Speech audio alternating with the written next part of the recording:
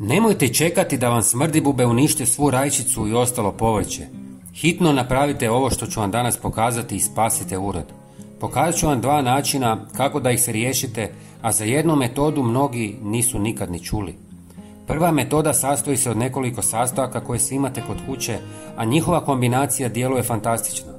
Vrlo je jednostavna, a učinkovita. U pola litre vode dodajte žlicu ili 2 organskog deterdženta za suđe. On razgrađuje voštani zaštitni sloj na tijelu smrdibuba, zbog čega one brzo uginu. Kad se pomiješa s vodom, stvara površinsku aktivnu otopinu koja ometa njihovo disanje i kretanje. Osim toga, lako ispire feromonske tragove koje smrdibube ostavljaju i time sprječava privlačenje drugih jedinki. Zatim dodajte pola žlice ili više češnjaka u prahu koji ispušta jak, prodoran miris izrazito odbojan smrdibubama. Sadrži sumporne spojeve koji iritiraju njihov osjet mirisa i tjeraju ih da se udalje od mjesta na kojem se nalaze. Dodajte i par kapi eteričnog ulja lavande ili čaj od lavande, jer je jedan od najefikasnijih prirodnih repelenata protiv smrdibuba. Ima snažan miris zbog spojeva poput linalola i kamfora koji smrdibubama smetaju i tjeraju ih da izbjegavaju taj prostor. Na kraju dodajte žlicu jestivog ulja koje, kada se pomiješa s vodom i deterdžentom, pomaže u zadržavanju smjese na površini i može začepiti dišne otvore smrdibuba, što ih guši.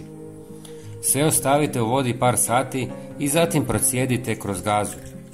Razrijedite s još 1 litrom vode i prskajte svakih par dana. Druga metoda za suzbijanje smrdibuba su parazitske ose, koje su prirodni neprijatelji smrdibuba jer polažu jaja u njihova jajašća, čime sprječavaju njihov razvoj i razmnožavanje. Time značajno smanjuju populaciju smrdibuba na prirodan i ekološki prihvatljiv način. Za razliku od kemijskih sredstva, parazitske ose ne štete biljkama, ljudima ni korisnim insektima.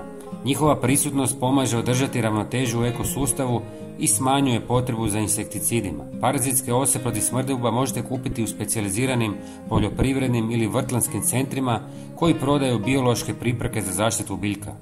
Prijatelji, lajkajte video i podijelite ga s poznanicima kako bismo pomogli i njima. Hvala vam i pozdrav!